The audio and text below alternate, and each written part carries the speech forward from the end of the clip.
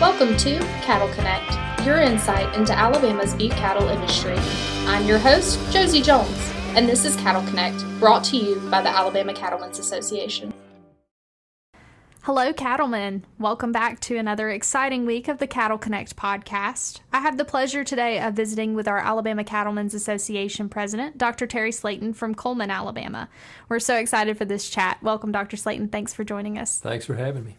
So I have had the pleasure of getting to know the Slatens over the past year since I started here at the ACA, and really enjoyed getting to hear a little bit more about their family story and their involvement in the Alabama beef industry. That being said, I don't want to give up any of the precious time that we have to visit today, so let's jump straight in. I want to start with letting our listeners get to know you a little bit better as one of their state officers, and this year as the Alabama Cattlemen's Association president. So can you let them know a little bit about your background, who you are, where you're from, and your background in agriculture? Sure. I was born in Cullman, Alabama, and grew up just over the Morgan County line at Eva.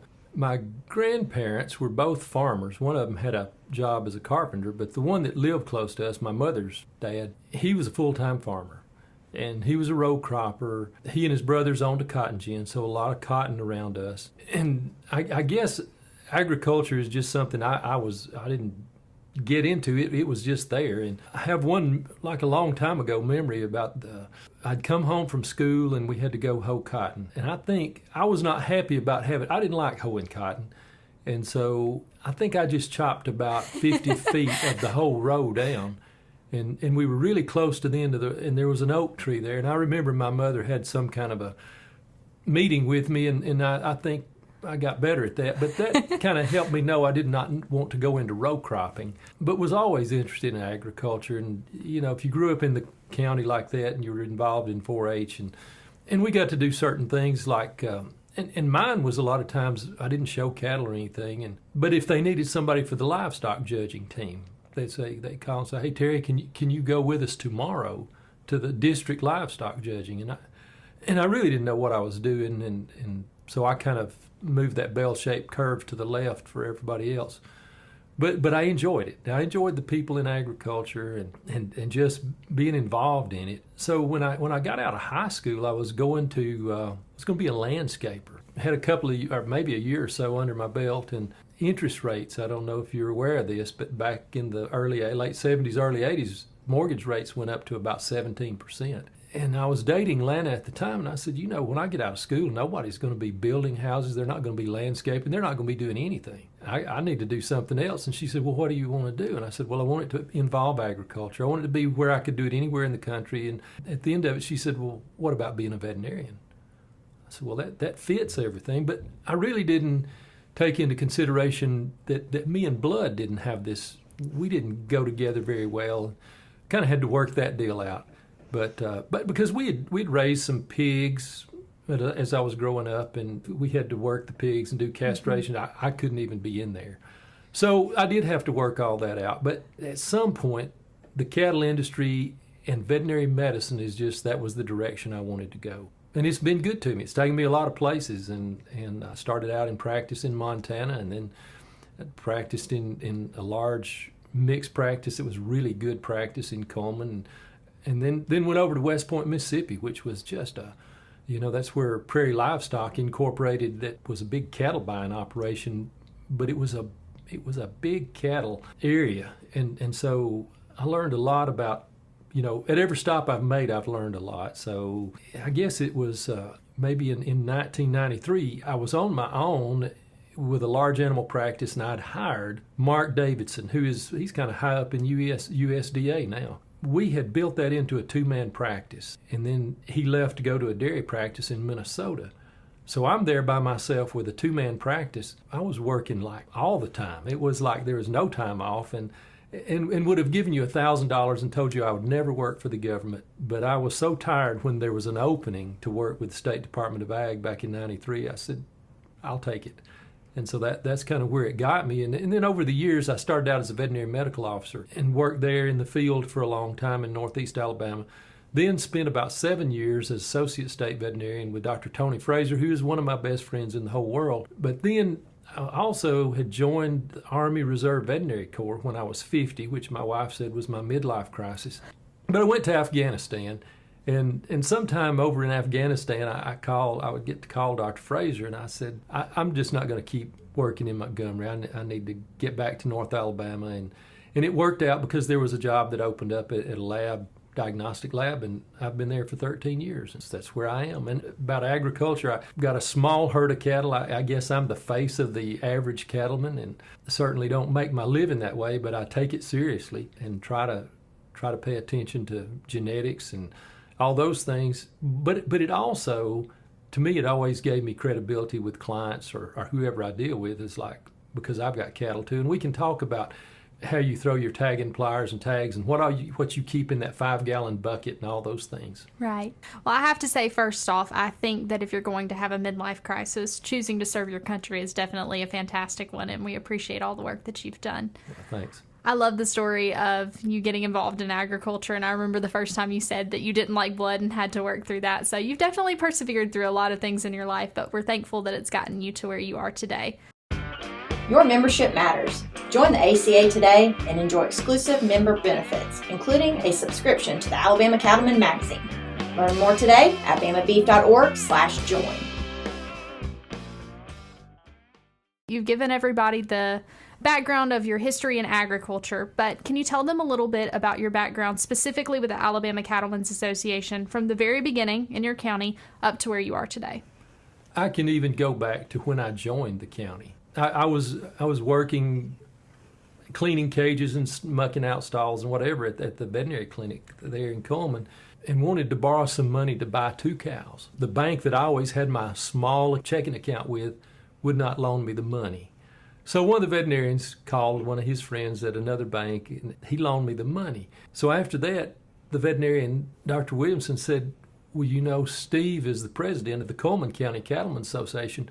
I think it'd be nice if you joined the association. So that's how I got involved in that, and I always thought that was a big deal just to be a member of the association. And I guess as a veterinarian, sometimes I would put on programs for them and all that. But I can remember sometime in the early 90s, around 90, and Dalton Harris, who had been on the board for years, he was on the nominating committee, and he came by the clinic one day, and he said, we'd like for you to be a director. I thought, I'd like to be a director because I just love the association. And so I said, yeah, absolutely, Dalton, sure, I'll be glad to. Tell me when to meet, where to be. He said, now listen. He said, we expect you to show up if you tell us you're going to be a director. And so I did, and I always loved working with those guys. And you know, the guys, a lot of those that are gone on now, but the ones that started the association there locally and made it what it was. So after a handful of years, they asked me if I'd like to be in line to be president, and absolutely yes, because again, I'll go back and say I just love the association. But I've always felt like cattle people made my living. Even working with the Department of Ag, it's still cattle people that I work with at the lab and farmers.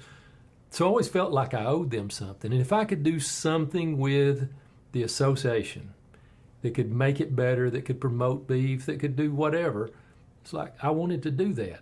I didn't necessarily want to be a president, you know, but it does get you there. And so I had some visions and dreams of things I wanted to do, you know, and we tried a few things, and some of them we fell on our face, and sometimes we didn't, and it was a good experience. And I think the year we had Baxter Black as our entertainment, you know, we would have never thought he would have come, but he did. To Cullman, Alabama. To Cullman, Alabama. And because I called and offered him a membership, because we thought it'd be neat to go around and say, hey, Baxter Black's a member of our association. And I was just curious because a buddy of mine and I, we would play some Cattlemen's Association meetings. I want to know what a real entertainer made. And I said, what do you make? He said, whatever it was, plus expenses.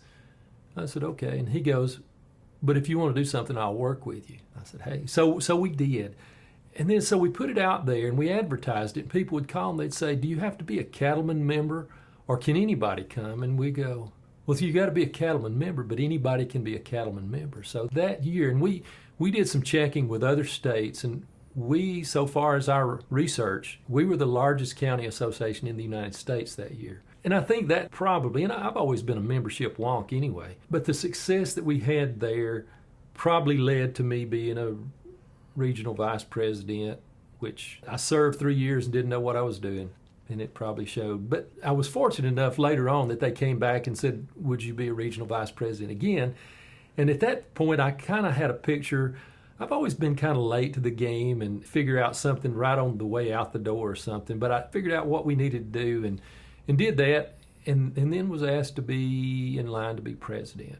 And, originally I thought, I don't know about this, But again, if I can do anything that helps the association, then I want to do it. And if you can do that with president by your name, then that's what I want to do.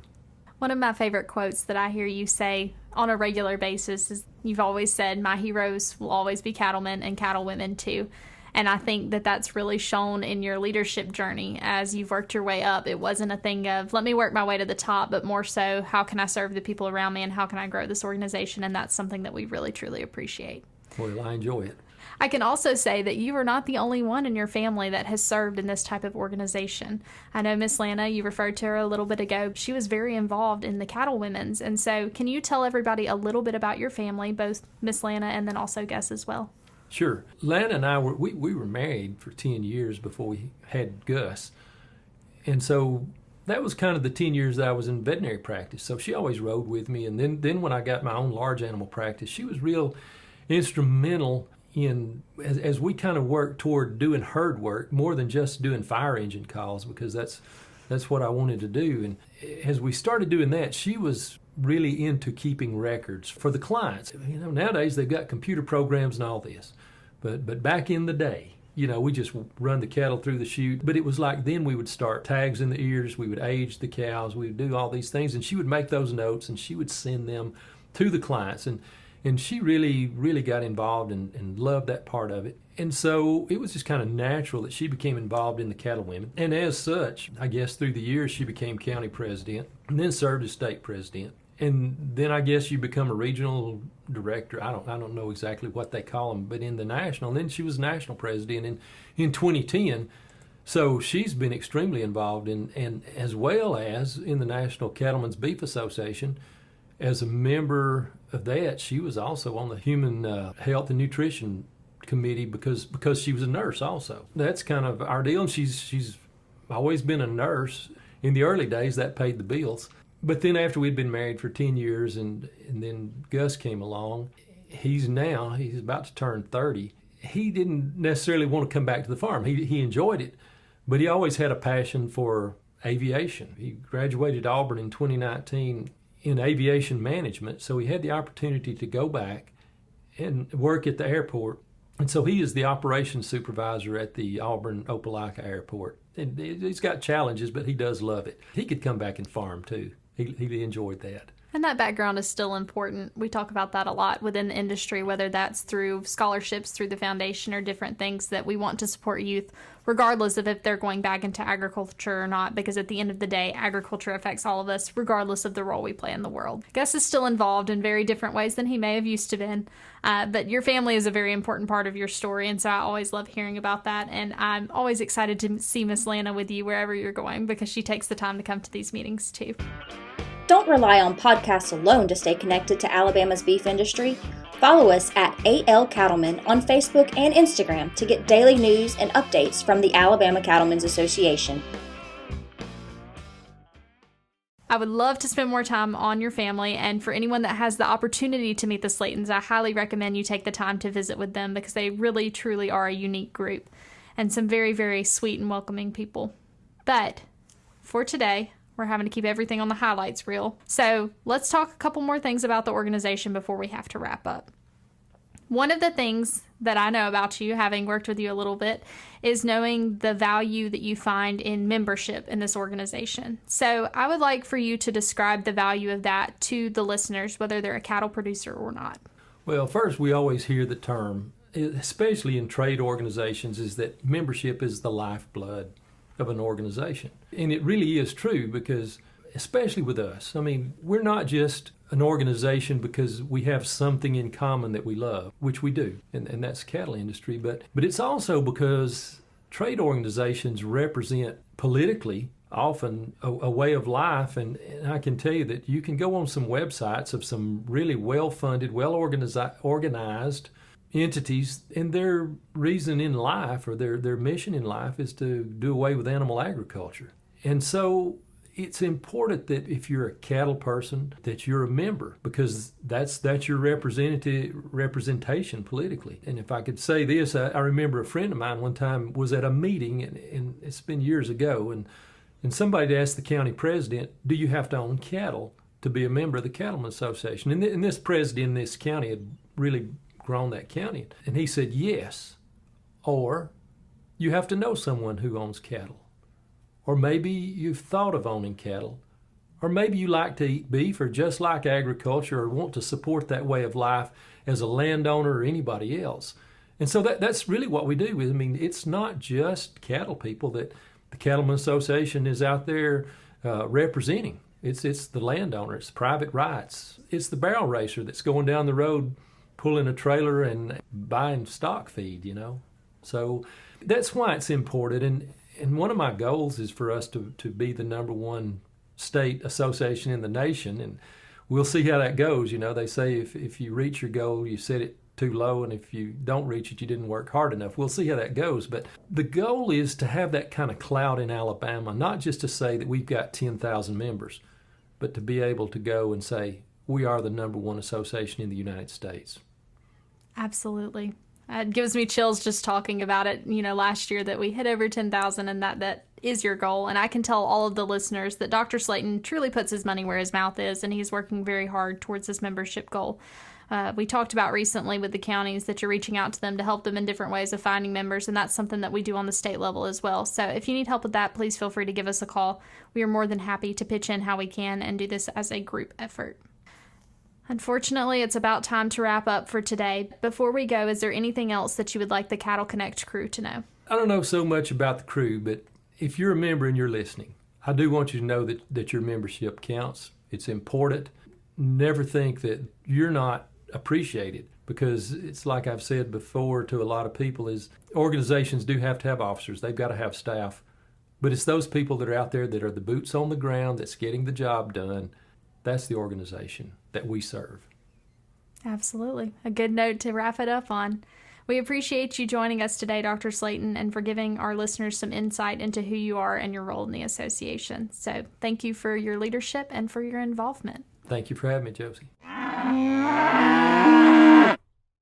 Cattle producers, you know what that sound means. It's time to wrap it up with our Cattle Connect Fast Facts. The first one being, we talked a lot about membership today, and last year we reached over 10,000 members, and this year we hope to go well past that. But as of recording, we are getting close to that goal. So make sure you're getting those membership numbers in. We've already had a couple of counties go over the top. If you have any questions about that, please feel free to reach out to Miss Jessica Kennedy here in the office. She can point you in the right direction and get you the information that you need to know. The second is about the Alabama cattle industry as a whole. The Alabama beef cattle industry is a $2.5 billion industry. This is a huge footprint in our state economically and also on the agriculture industry as a whole. So keep up your great work.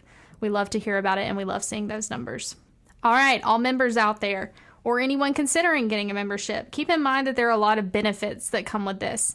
We talked a little bit about the lobbying arm and the ability to have representation on the Hill, but we have some smaller ones as well.